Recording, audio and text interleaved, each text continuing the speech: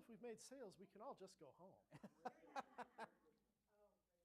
Oh, great. What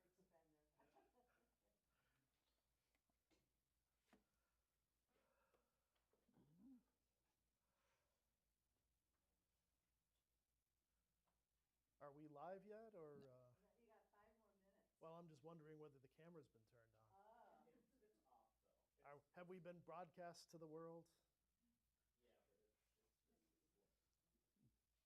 it's working. Yes, the Paulist Fathers announced this live stream link yesterday nationally, and yesterday an interview that Steve did with our Deacons Pod dropped as well. So, Wow. Oh, wow. so if you don't get enough of him tonight, you can get more. Find me in lots of places. Fantastic. And you're a great host at CTU. That'll be coming up again soon, right? We are always doing things. We just had a great event yesterday. I think we at the Bernadine Center are quiet now until, I want to say, November 12th. But there's always more coming. Yeah. I look forward to that going live. The Bernadine Center? No, the podcast, the session that you had. Oh, So yesterday? we'll get the link to it, yeah. Yeah, that was tremendous. And we'll have, so we had an event yesterday. Dennis Holtschneider, the former president of DePaul University, has come into the Bernadine Center at CTU as a senior fellow for the next couple of years. So he'll be working with, he'll be teaching with us a little bit, I think, but we'll be collaborating on events like yesterday's event too. So he's a good friend to have. Where is he now after DePaul?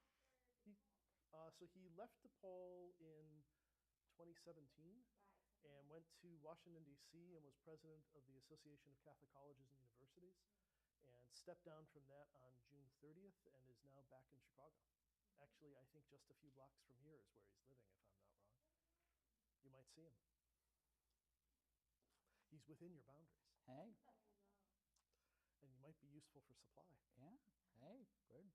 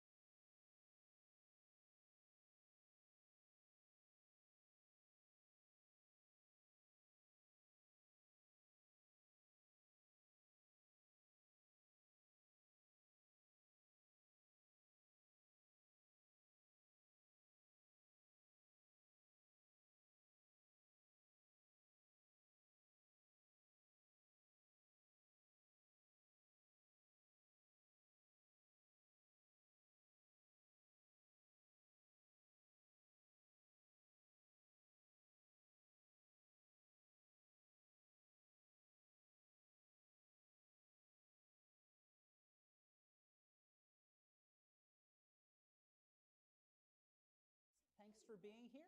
And I am so thrilled to introduce my longtime friend, Steve Millies. We actually have followed each other on social media for a few years. And back in the spring, I heard that he had a book coming out this fall by Paulus Press on the election. And so I had invited him to consider coming to Boston in September to give a talk. And then I ended up moving here, and so instead of paying his flight, he just drove here because he's a local.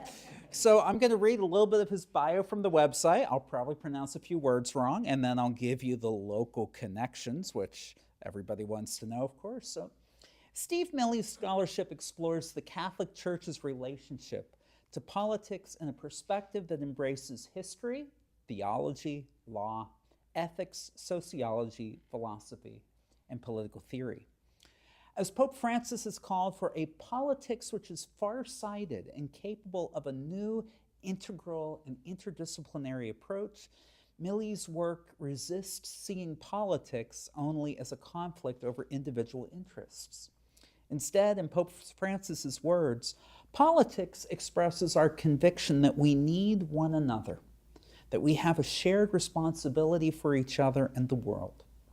Millies studied political theory at the Catholic University of America, completing his degree with a study of religion in British statesman Edmund Burke's political ideas.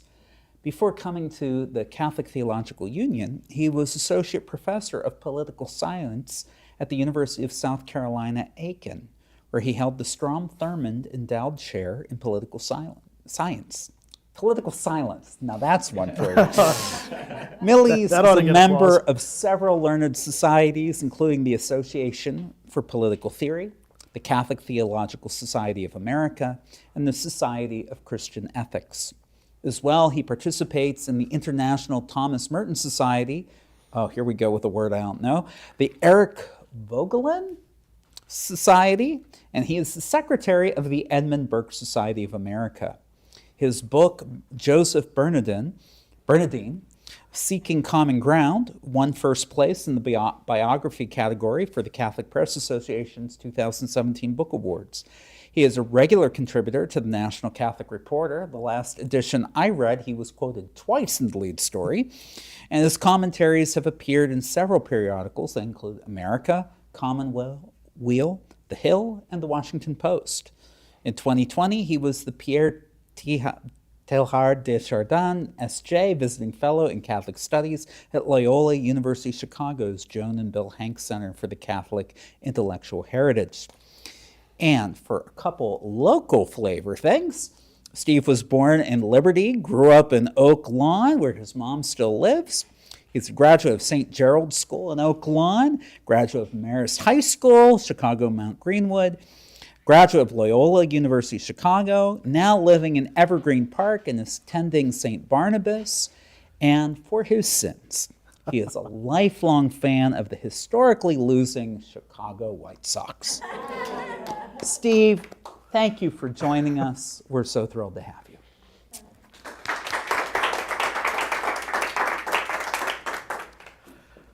Thank you, Father Rich. Thank you, Father Dan. Thank you for coming out. As Father Rich said, I'm born and bred from this archdiocese. I was away for 25 years, but happily back. Perhaps as a Sox fan, there might have been better times to live here. I'm thinking maybe 2005 might have been a little preferable. I'll also say, I'm in a position now with this book out, I'm giving these talks, and I have to listen to that introduction, and I'm thinking to myself, I really need to shorten that up. There's a bit too much there. Being a local, I have some sense of what this community is, Old St. Mary's, and have great fondness. My wife and I, since we've been back and have done a little liturgical tourism around the Archdiocese of Chicago. They don't see us at St. Barnabas all that much, don't tell them, but we drive around and like to go to other places. We've paid a few visits here, and certainly I know too the ministry of the Paulists is an important part of the story of Catholicism here in the United States, as well as here in the city of Chicago. So for all of those reasons, I am so happy to be here, so grateful to those of you who've come out on this beautiful night, deciding to spend this beautiful night sitting inside when outside seems so much like a nicer place to be. And for those of us, or those who are joining us online too, I'm so grateful to you as well, and to the Paulists for amplifying this. I'm going to try not to talk all that much, and it strains a muscle when I do that. Thank you. I'm going to depend on you for those laughs at the dad jokes, Rich. Thank you very much. I'm going to try to not to talk all that much tonight, because I find the best things come out of questions and conversation on this topic. And it's an important time. It's an important thing to talk about. And I can say a lot about why, but I think I would begin by saying, you know, we're here in part because there's an election coming up, and I'm sure you've heard that. Knowing that the election is coming up, I wrote this book for the election. It's the reason I'm here. It's the reason we're all here together tonight. Why write a book for this election is a fair question, because the U.S. Conference of Catholic Bishops, you may know, joins a lot of other Catholic organizations offering a guide for Catholic voters. For the last almost 20 years, it's been called Faithful Citizenship. Why do I add this book to that list of things that are meant to help Catholic voters? And the answer is simple. And in fact, I will say, you know, it even reflects a sort of a wager that I made with the U.S. bishops, the decision to write this book. The version of Faithful Citizenship we have now, you may or may not know this, the version of Faithful Citizenship we have now was written in 2007 and has not been updated. Since George W. Bush was President of the United States, since Benedict XVI was Pope. And so certainly one reason why I wrote the book was because of a conviction that Catholics in the United States deserve something a little more engaged in the world that we find ourselves in 2024. I'll say a little bit more about this later on, I suppose. I will say that in 2019 and again in 2023, the bishops added a cover letter rather than revise the document, in which they named abortion as the preeminent priority for Catholic voters. We'll say a word or two about that later. But I want to name another reason why I'm here and another reason why I wrote the book too. The book is about a consistent ethic of life. This is the signal theological contribution of Chicago's late Archbishop Joseph Bernardin, for whom we have the Bernardin Center at Catholic Theological Union. The consistent ethic of life was proposed first by Cardinal Bernardin in 1983, and proposed as a way to overcome what seem like our partisan instincts as Catholic voters to vote like Catholics, but really like Catholic Democrats, or like Catholic Republicans. And we know that, if we're paying attention, I think we know that there is plenty in the social tradition of the Church that the Democrats can lay claim to, and there is plenty in the social tradition of the Church that the Republicans can lay claim to. The more challenging part is to overcome that choosing one or the other that feels like responding to some partisan reflex, some knee-jerk that we have been doing for the last 20 or 30 or 40 years. There's polling that actually says there's no difference between Catholic Democrats and Democrats, no difference between Catholic Republicans and Republicans. It's a tremendously upsetting thought, actually. But Pew has very good polling on this that demonstrates really we're Republicans or Democrats first and Catholics second in our political behavior. Cardinal Bernardin sensed this problem coming back in 1983 and offered the consistent ethic of life as a way to sort of blow up our partisan instincts, to overcome those reflexes and ask us to challenge ourselves as believers to look past those partisan instincts and ask a different kind of question when we approach the challenge of citizenship and the challenge of voting. And yet, even though the consistent ethic has been here for 40 years, even though the U.S. bishops claim the consistent ethic as the framework of their faithful citizenship document, and they do. Indeed, even though Pope John Paul II added the consistent ethic of life, accepted the consistent ethic into the papal magisterium in his 1995 encyclical, The Gospel of Life. This is the official teaching of the Church here, at the highest level of acceptance, the consistent ethic of life. And yet, over the last 40 years, the abortion politics that we've all been consumed in, Catholics and non-Catholics, have overwhelmed our Catholic consciences and have tended to reinforce that partisan instinct that Cardinal Bernardin tried to get us past. We have become so dominated by thinking only about the one issue. All of the messaging has emphasized this one issue, that it has in fact tended to de-emphasize the consistent ethic of life. This has all come at the expense of the consistent ethic. And what I mean is actually in the words of one pro-life activist who was very honest about it shortly after Cardinal Bernardin proposed the consistent ethic in the 80s. She said that what the consistent ethic was doing was it was giving cover to Catholic pro-choice Democrats, that it was frustrating the pro-life movement. And this is the way the consistent ethic, in my experience, as somebody who wrote a biography of Cardinal Bernardin, as somebody who spends his life and his career pursuing and lengthening Cardinal Bernardin's legacy and ecclesial vision, this has too much been the way we think about the consistent ethic. That it's just a partisan choice to de-emphasize abortion so that we can talk about other things. When in fact the goal of the consistent ethic is to say all of the threats to life matter. There are some other distinctions to talk about there. I'll get to those. But it's another reason I wrote the book. It's another reason I wrote the book. It's time to recover how we understand what the consistent ethic of life is.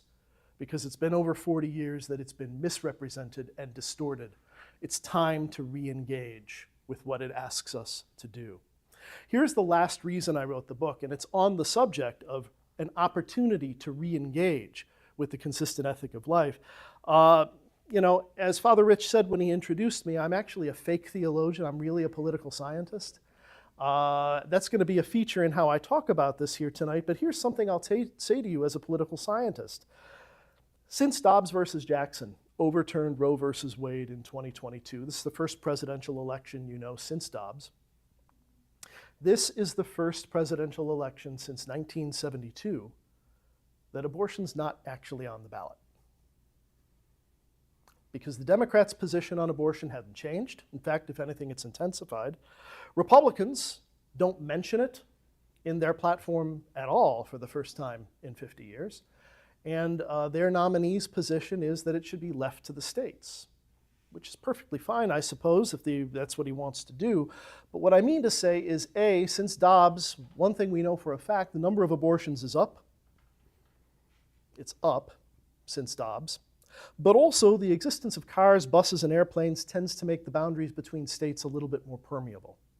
What I mean to say is, for a Catholic voter who thinks of abortion as the preeminent priority, all the pressures, oh goodness, that's my phone.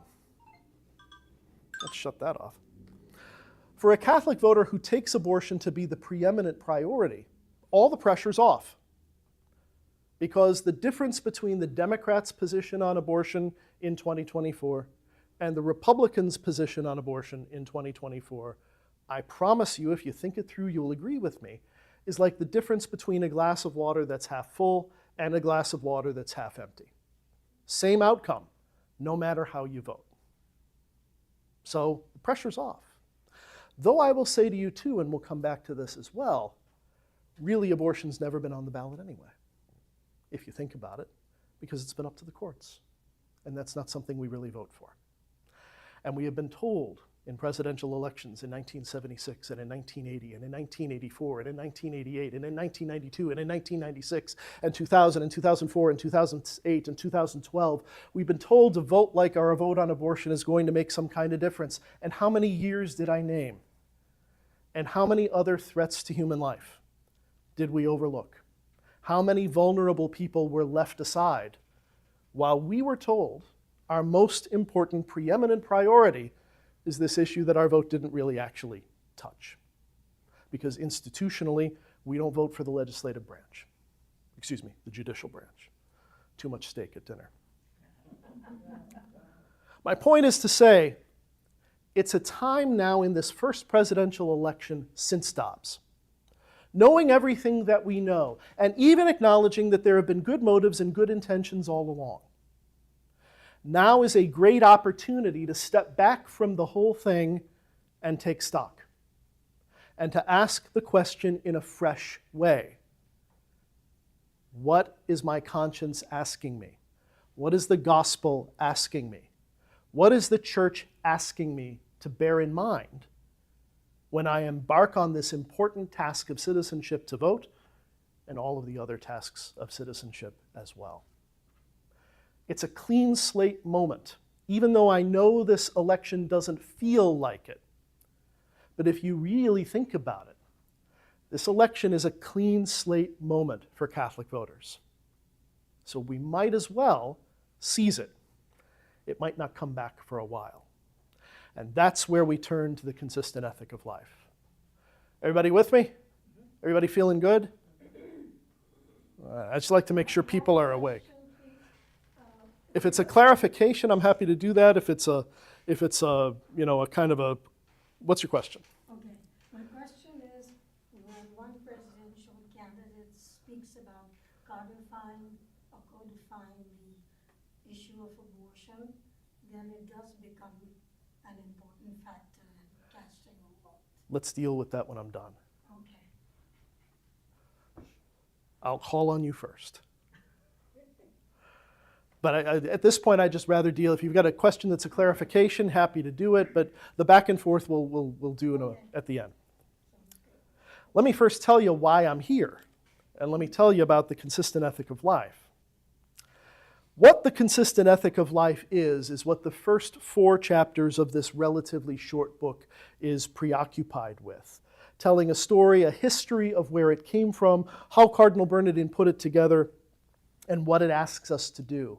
And I'm not going to read the whole 4 chapters to you here. I'm just going to try to sum it up rather easily and rather quickly this way in the briefest possible terms. When Cardinal Bernardin and the theologians who worked with him to develop the consistent ethic of life, when they talked about the consistent ethic of life, what they emphasized was this: the consistent ethic of life is not a voter's guide. The consistent ethic of life is not preoccupied with issues or right choices or wrong choices. That's a very American way of thinking about things, a very results-oriented, this or that, either or way of thinking about things that doesn't reflect the complex moral reality of what we're talking about. Voting and citizenship and social life and life itself. We know we can't neatly separate issues like abortion from issues like poverty, issues like healthcare, issues like housing, and lots of other things as well. When you start pulling at one thread, lots of other things come with it. And I can do that with other issues too. We know things aren't that simple. So to try to approach the task of voting in a serious and responsible and moral sort of way can't be a this or that. It can't be a checklist. It's got to be something else. And what Cardinal Bernardin used to talk about was the way that the consistent ethic is in fact a call to spiritual conversion. It is a call to more deeply engage with what the gospel asks us for in the concrete situation of social life and human life. The consistent ethic of life, first and foremost, is a spirituality. It is a way to think about the complex, interrelated challenges that face us. And in fact, what Cardinal Bernardin used to say and said in several of the dozens of talks that he gave about the consistent ethic was that the consistent ethic asks us to cultivate an attitude. This is very hard because we're used to thinking in concrete terms about a thing I should do. An attitude is much harder to describe because it's an inward thing. It's a sort of a posture, right? It's a way of thinking. It's a habit of mind. But this attitude should be an attitude that rejects anything and everything that threatens the dignity or flourishing of any human life. That there's always a presumption against anything that would harm a person. And yet we know there's no such thing as voting for one candidate that will excuse us from all the harms. This is where it gets hard.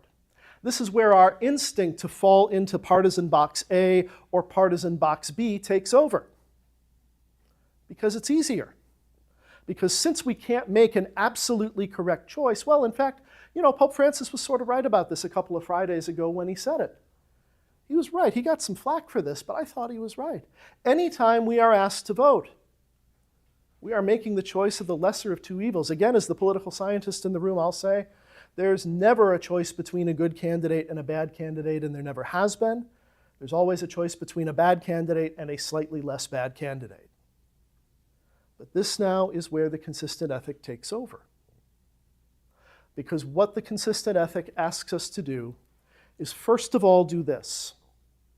In our inward posture, as we take a look at the issues and the candidates and the parties, and most important of all, the landscape, right? The situation around us. What might this candidate actually do? What might this candidate say they're going to do, but Congress will never let this candidate do? What might this candidate say they're going to do, but the courts will never let this candidate do? What might this candidate say they're going to do, but state governments aren't going to allow it? We have a complex political system too.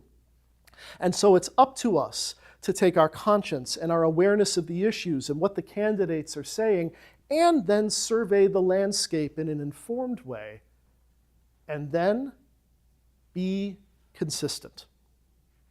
This is the most fundamental call of the consistent ethic of life. The emphasis of the consistent ethic isn't on the life issues, the death penalty and abortion and euthanasia and all of those other things. The consistent ethic of life is a call for us to approach this problem in a consistent way. What might that mean concretely? When I talk about surveying the landscape and thinking about the issues and the candidates and the parties and the real possibilities of this moment, this is where I, as the political scientist, jump in with Cardinal Bernardin and say something else. We know that each of us, all of us, have different levels of education. Even high levels of education might come from different places. We might have had bad history professors, but good physics professors or something like that. We all pick up our news from different places at different tempos. My point is to say, for all kinds of reasons, and I haven't even gotten to gender or age or all kinds of other demographic characteristics, for all kinds of reasons, we all see the world a little differently. In political science, this is called voter behavior or voter psychology, right? Voters come to the ballot box with different perspectives based on where they've come from. But the theological tradition talks about this too, all the way back to St. Thomas Aquinas. What we are called to do is to inform our consciences, to understand the issues, to understand what the church says, to understand the practical possibilities of this moment. We're called to inform our consciences and then, in a prudent, well-informed way, exercise our judgment. But here's the good part. If we begin from a posture of consistency, from a real desire to live out the gospel in our lives as citizens, if we begin from a posture of consistency, and then using the information that we have and the understanding that we have, from that posture of consistency, make a judgment, we can't actually be wrong, even though the person sitting next to me or voting after me might make a different choice, or vote for a different candidate, or vote for a different party. I like to put it this way, and here we come to something that a great gift I think Pope Francis has given us. in his encyclical Letter Fratelli Tutti that came out in the fall of 2020. The encyclical is about social friendship, solidarity, how we are called to live with and help one another as friends together in the world. He's got a great chapter in that encyclical on politics. He's got several places he's written great things about politics. It's the least told important story of the Francis papacy. But in that chapter on politics, Francis talks about the parable of the Good Samaritan. The Good Samaritan. And we all know the story. His point is to say something he said several times throughout his pontificate, calling our attentions to the peripheries, calling our attentions to where vulnerable people are. What the consistent ethic is asking us to do is to be the person walking along the road as a voter and to ask the question, where can my vote in this election, at this time, do the most good for the beaten person on the side of the road? And again, we might sense different possibilities. But this means, as long as we adopt this posture of consistency, as long as we engage in a serious moral reflection, where our real desire is to protect and promote the dignity and flourishing of every human life, then in our conscience we have made the right decision. And we cannot be wrong. We can vote for the Republican. We can vote for the Democrat. We can divide our ticket between candidates of different parties. We can vote for the Democrat this time and the Republican next time, as long as that decision proceeds from a consistent desire to do the most effective good for the suffering person or suffering people. The consistent ethic of life was born in the immediate aftermath of the U.S. Conference of Catholic Bishops writing a pastoral letter in 1983 on the nuclear arms race, right?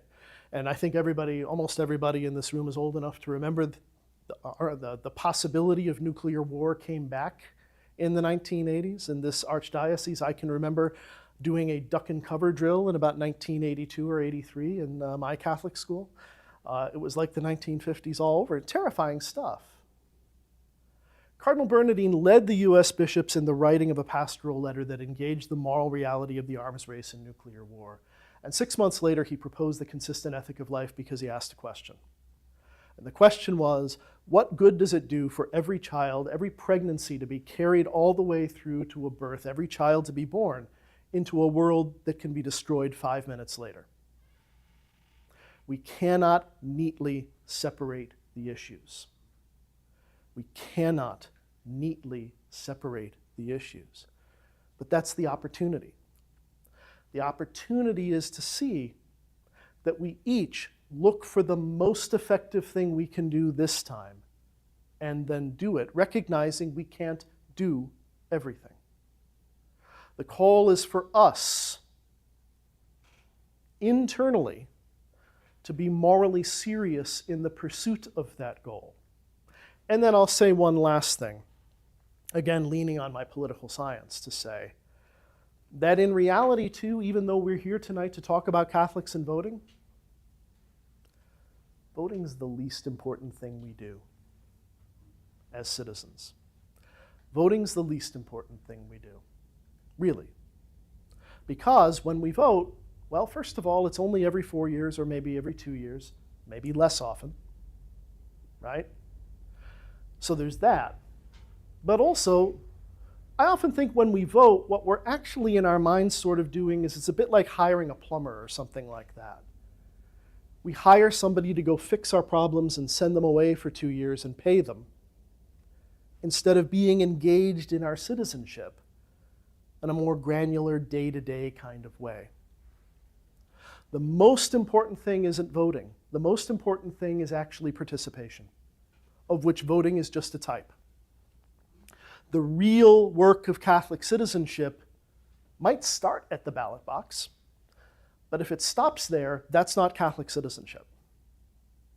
Being engaged, following the news, learning that landscape a little bit better, taking the responsibility to find good sources of information and to learn more and to keep learning more, not only about how government works, but about public policy, about the things around government, right?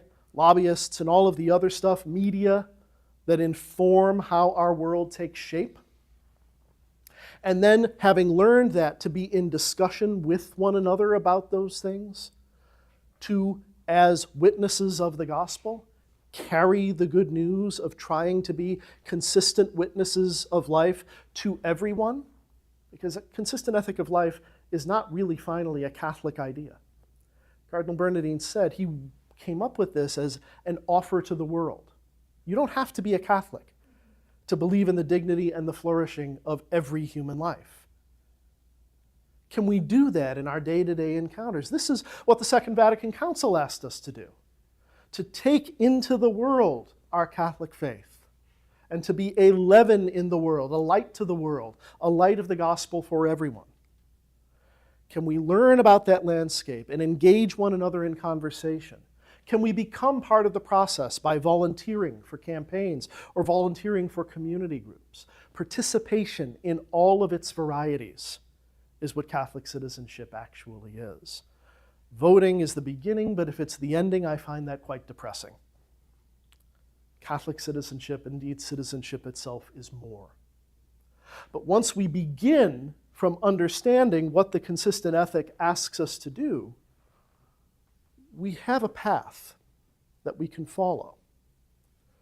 We have a roadmap that doesn't tell us what the destination is, doesn't tell us how to vote, doesn't give us an easy right answer. Instead, it tells us how to get there. It tells us what we need to do internally as believing citizens in order to be consistent witnesses to life, which is the only call of our citizenship as Catholic believers anyway. That, I hope, is my short presentation. And I'll invite you, if you want to take just a moment or two to kind of chew on things. If you'd like to have the first question, I'm all for it. But I mean, if folks just want to take a beat too, I think that's great. Can we take questions also from outside the room? So Father Dan, you'll just shout out if one comes over the chat or something like that? All right. Did you want to go first? Yeah, the question I had is specifically regarding codifying abortion. But the presidential candidates, as you said earlier, they say something, but they may not ultimately get to do it. We've seen that before. Yes, I agree. But beyond that, we are looking at the policies that they imbibe in their own presentations. So it's very confusing sometimes to try to separate the wheat from the chaff, using a biblical quote. So I'm thinking that when you're thinking about this, as you said earlier on, the preeminent policy is something that's important because, again, we have the funding of a war on one side, we have abortion on the other side, we have a whole bunch of very complex issues, and I think sometimes people are looking for somebody who is a leader and can negotiate, has the power to negotiate, rather than to be dogmatic, if you get what I'm saying. Okay. Well, I mean, let's agree, first of all, politics, I'm on a mission. My real mission isn't the consistent ethic, and it's not even Cardinal Bernardine's legacy, but don't tell CTU. But I think Cardinal Bernardine would agree with this. My mission is to recover, Pope Francis, I think, feels this way. My mission is to recover the dignity of the word politics. Right? Pope Francis has written about this a couple of times across his pontificate. Politics isn't a bad thing. Politics isn't division.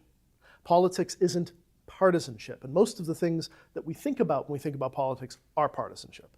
Politics is a good word, Because the meaning of politics is what we're doing right now. It's talking to each other. It's listening to each other. It's addressing the problems that we all share because we're in the same community and trying to figure out what are we going to do. The role of political leadership is to lead a conversation in much the same way a classroom instructor does, right? The role of political leadership is to lead a conversation. So, negotiation, that's a kind of a conversation, right? All politics should involve some negotiating because for reasons we've been talking about, nobody ever gets everything they want, and in no free society should they, right? If they do, we've got a big problem. But then that means there has to be some dialogue. There has to be some give and some take. And that's, again, the importance of recognizing that politics doesn't stop when we cast our ballot. We have to continue to be in the conversation because what a president can do very often is limited by the other branches of government. What a member of Congress can do, similarly limited by the other branches of government, and then we've got 50 states as well. What it all comes back to, in my opinion, is that, you're quite right. We can't just neatly isolate one thing from the other. What we have to do is be serious about our own moral principles. We have to be very well informed. Because, one thing I do like to point out, let's just take Joe Biden as an example. No one voted for Joe Biden in 2020 thinking there would be a war in Gaza. Are voters who voted for Joe Biden in 2020 morally responsible for what? I don't know. And honestly, I don't think the church knows either. I've looked at this question very closely. I don't think the church knows either, right? My point is to say, we have to sort of disentangle ourselves from the idea that we are responsible for everything. And instead, what we have to do is be very clear on our moral principles, be very well informed, and try to make the best choice that actually stands a chance of doing something. That's what we're responsible for. That beaten person on the side of the road. I like that metaphor for voting because it's about the person who's close, right? It's the thing that I can do that might actually help, not some abstract thing way, way out there that's 3 layers away from any input that I can have. And again, in that light, I can't tell you how to vote. I wouldn't even try to because you've got to come to that yourself.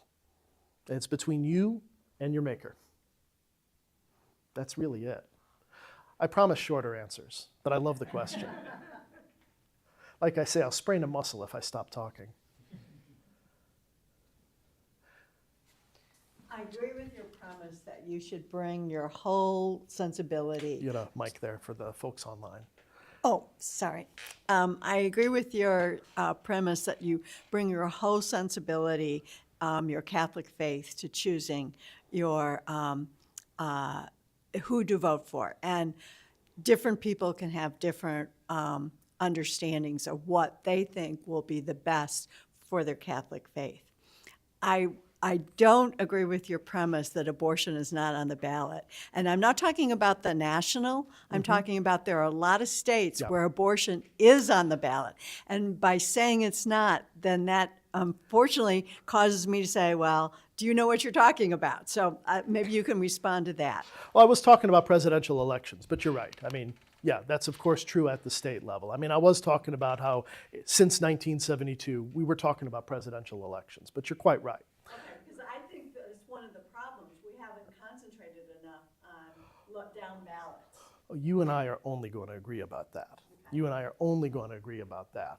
Let me say, and I don't want to, I mean, I have to start talking out about presidential elections and abortions because that's the firmament we're under, right? But I also don't want to talk so much about abortion that I wind up fulfilling the very thing that I'm here to say I'm letting you off the hook about, right?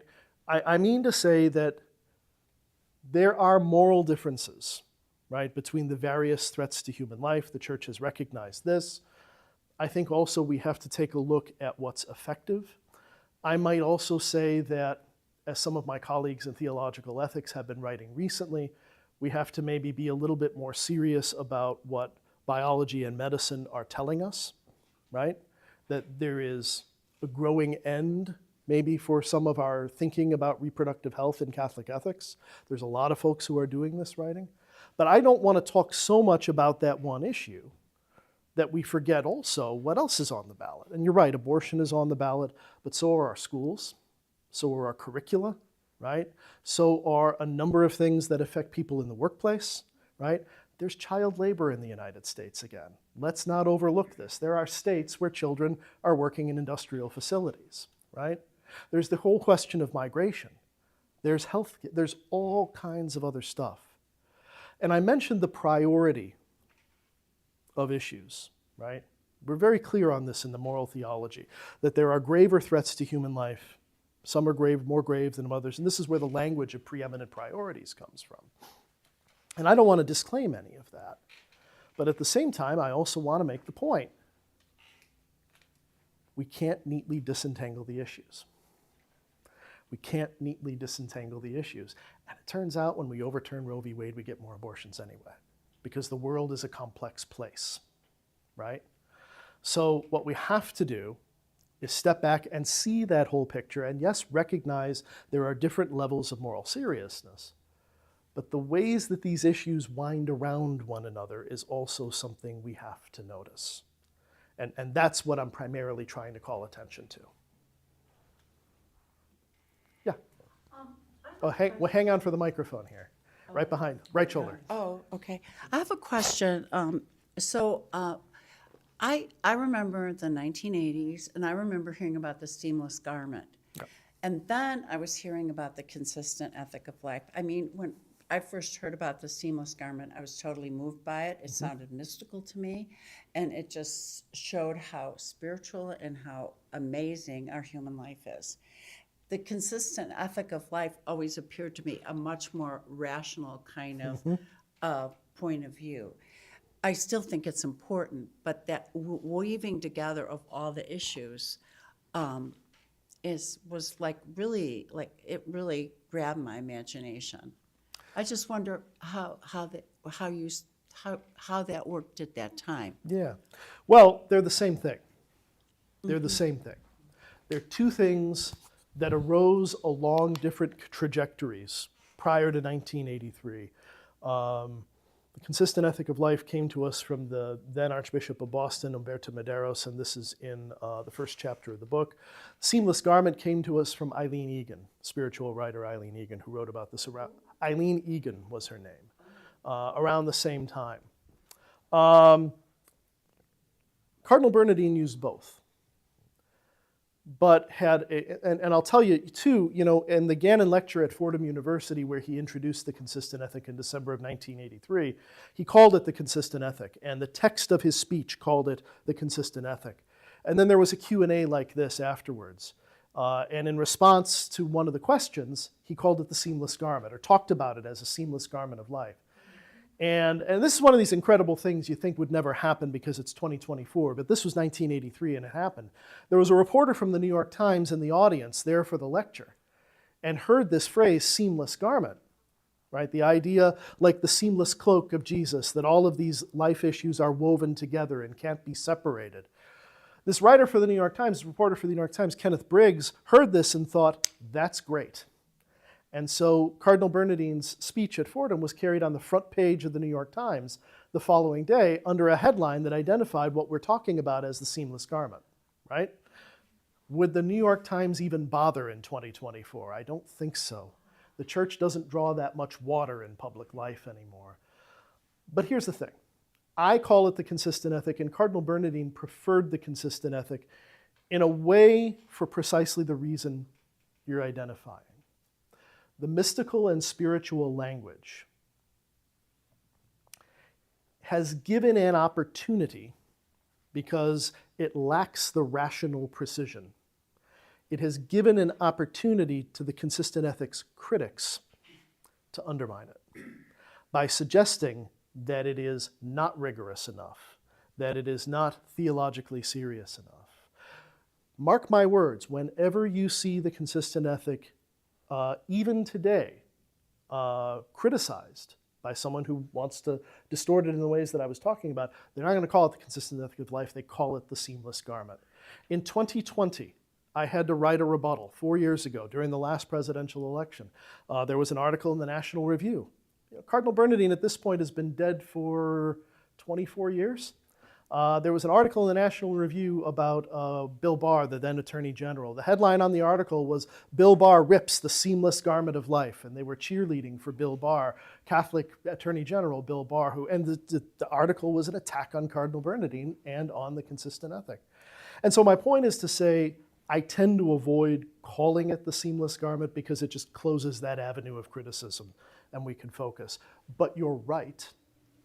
And it is a much more spiritual way of talking about what I'm saying is a spiritual thing. And they're the same thing. We mean the same thing. Yeah. Great question. I hadn't thought about it. Yeah, and it's so second nature for me, I don't think about it anymore. But I also know, even now we're coming up on 30 years since Cardinal Bernardine died. If you want to know whether a person mattered while he was alive, judge how long they attack him after he's dead. Yeah. Yeah. Microphone here. Oh, okay. Yes. I think it's really interesting how you talked about taking like the consistent approach, or you might vote for the Republican one time or Democrat the next time. I also think, and I'll come back to this later, in like I'm kind of stating things and not have a question.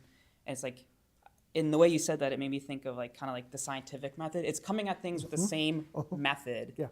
Thinking of things, like you said, temporally, but also spatially. Like you brought up abortion being in the States. Like you can't just go like boom down the ballot, like or through time go like that across. So when you brought up Pope Francis and him talking about the Good Samaritan, I also think about in John when he talks about the story of Jesus coming across the woman committing adultery, and he says, "Has no one condemned you?" And she says, "No one, sir." And Jesus says, "Well, I don't condemn you, and here on go and live your life without sin." So it's interesting to say how you also brought up that voting is, I wouldn't say it's, you kind of said it's one of the least important. I'd say it's still important because you, like some people brought up, you do get kind of stuck, and you even deferred to the fact that, our people in 2024 who voted for Biden respond, morally.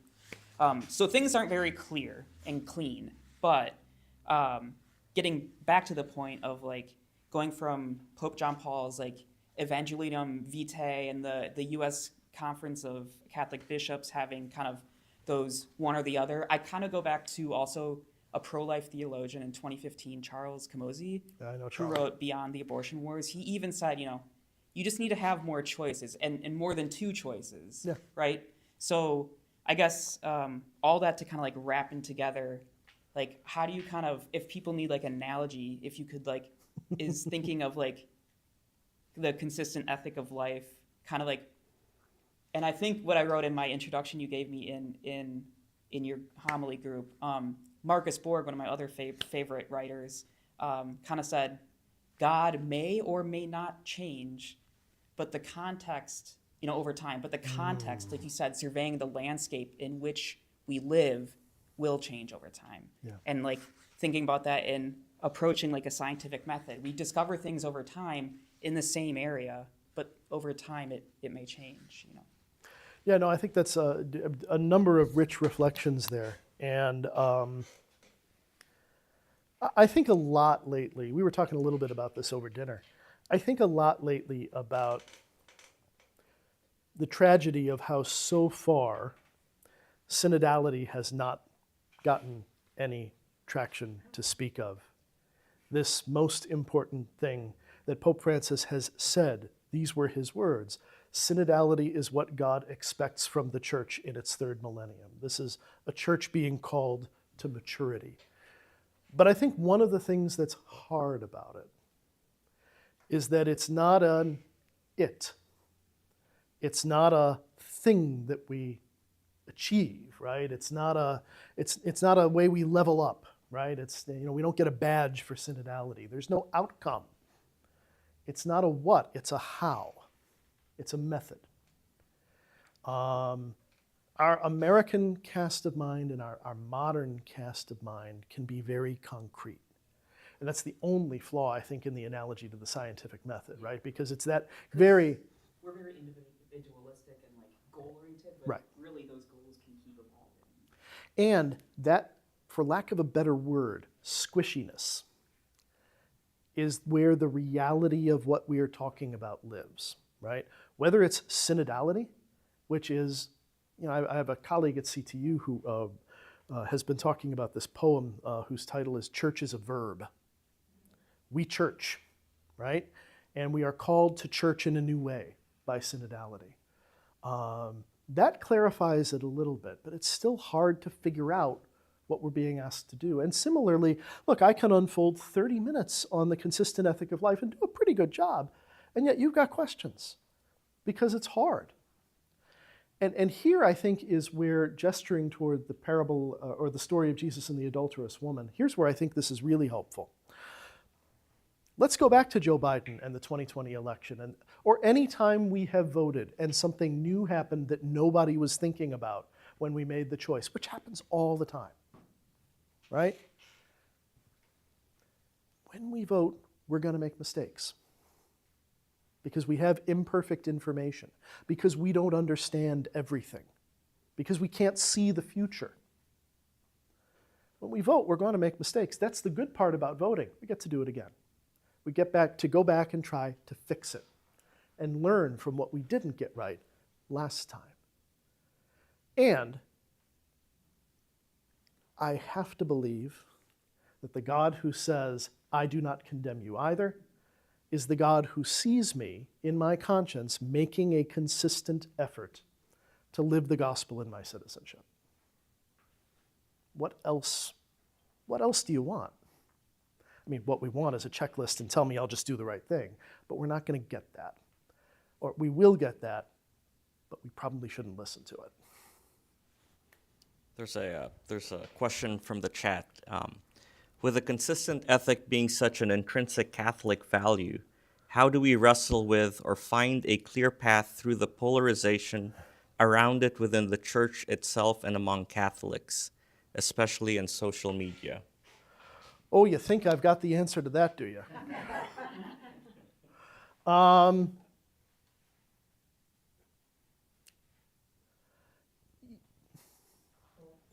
maybe spark you?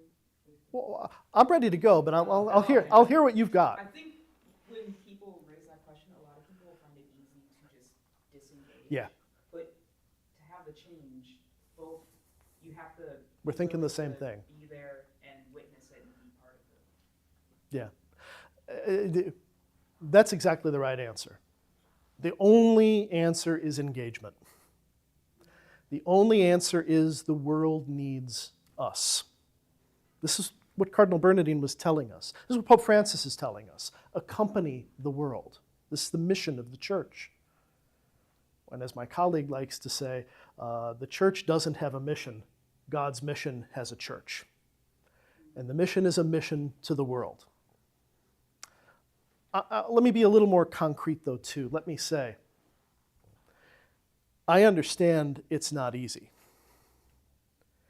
And even though it involves a lot of history that's too much to go through here and now,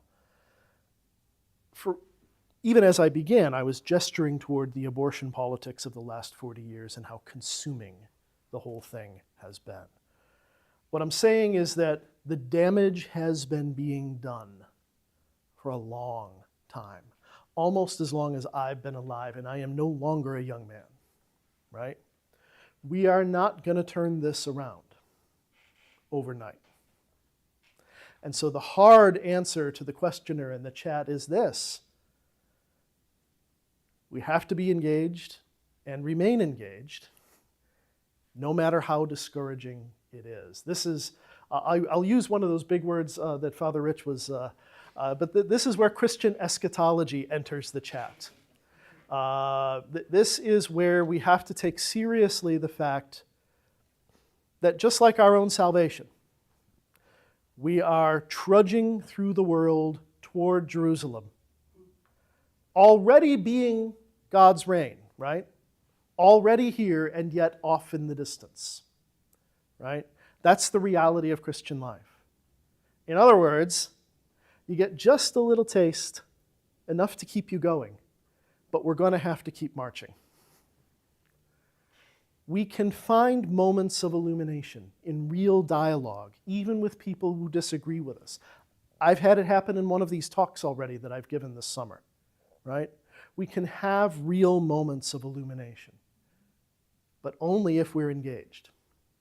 And only if we're engaged do we start to see the possibility that we can have them more often. But I may not live long enough, really, to see us return to a place where the church really bears a public witness in the way that we would like it to. We have a long way to go. Well, one of my concerns with all these issues, you know, involving the consistent ethic of life, is that I don't see enough possibility or enough happening with, I guess it's what you're talking about, dialogue, like experience. I would like to weigh in my experience when a doctor advised me to terminate a pregnancy and what I learned about abortion and termination during that experience. And talking to people, my friends and other people afterwards who had different experiences. It's also complex, and I'm not trying to just focus on abortion. You could talk about capital punishment.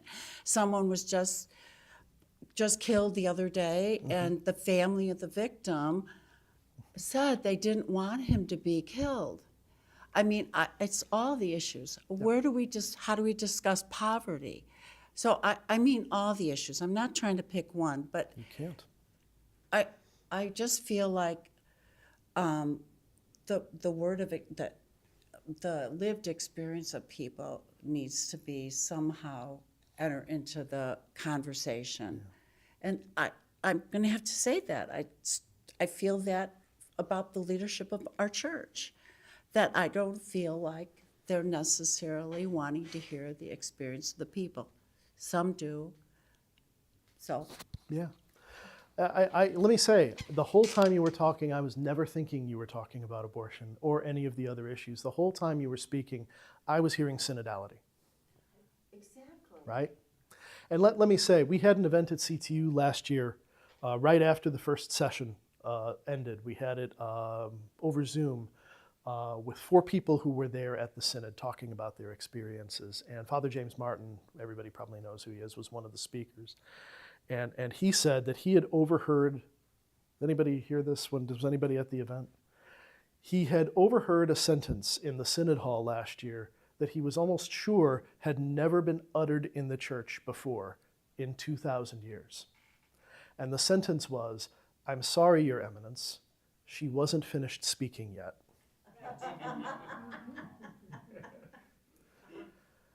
But my point is to say, we are receiving right now a way to church differently and to surface these experiences in an environment of listening. Has anybody here been a part of Conversations in the Spirit, this synodal method? Not a lot of you. This is very American. Old St. Mary should do it. Every parish should do it. And in fact, I joked to my own pastor, and I told him I was joking, but I wasn't, that we should actually have a synodal conversation about the budget process for the parish. Not that it should be binding, but budgets are moral documents. We say this in politics all the time. It's a great opportunity for a parish community to learn what the church does, what the parish does, and then to express some thoughts about it. And pastoral council can do whatever it's going to do anyway. I mean, it doesn't have to be. But I mean to say, and I'm not trying to put Father Rich on the spot we have 2 either. members of the finance council and 2 members of the pastoral council here tonight. But I mean to say, when synodality transforms the church, it will happen in rooms like this. It will.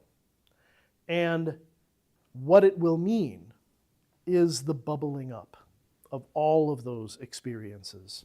I can say a lot more about this, but I am not one of those who has lost faith or lost patience with what is happening.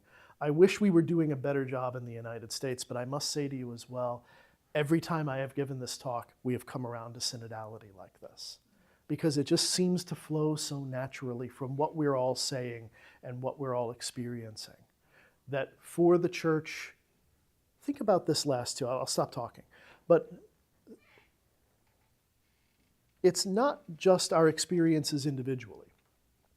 It's the fact that we are citizens and voters. The state recognizes that we each have perspectives and experiences that are an important part of the public conversation. This is what synodality is asking the church, and I don't mean that in an institutional or leadership sense, all of us to recognize that everybody's perspective matters. And it is only once those perspectives are all heard that a clear direction for how we want to think together, yes, about the ecclesial issues, about inclusion and about all those kinds of things, but also about how do we want the church to bear witness in the world. We cannot bear witness in the world if we are ignoring the experiences of the people who are in the church living in the world.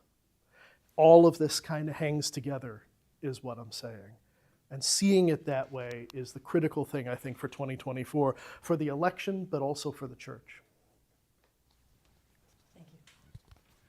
Thank you for your comment about having a story. We all have stories, and those stories aren't often shared.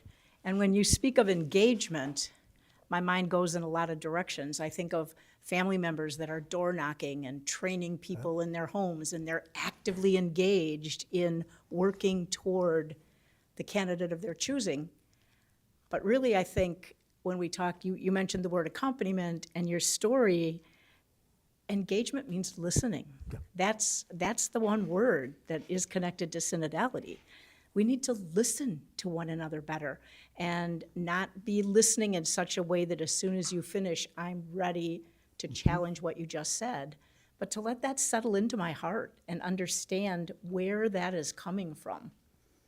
That's what's almost so magical about Conversations in the Spirit, is the method is designed to make that so that it becomes necessary to say, Your Eminence, I'm sorry, I don't think she was done speaking yet, right? Because everyone has to be heard. And there is quiet reflection and absorbing along the way. Really, really want to encourage you to find opportunities to do that. I'm afraid that we are going to have to leave it there, but this has been absolutely wonderful. Steve, thank you so much for being here. Oh, I guess I'm going to take the last word here. It's a story I've been thinking about in a different way tonight. I am one of the few people who actually participated in a synod before I knew what I heard the word synodality. I was a student representative to the Diocese of Rochester's synod in 1994. I was a college student. I was 20. I had never spoken in public about my faith.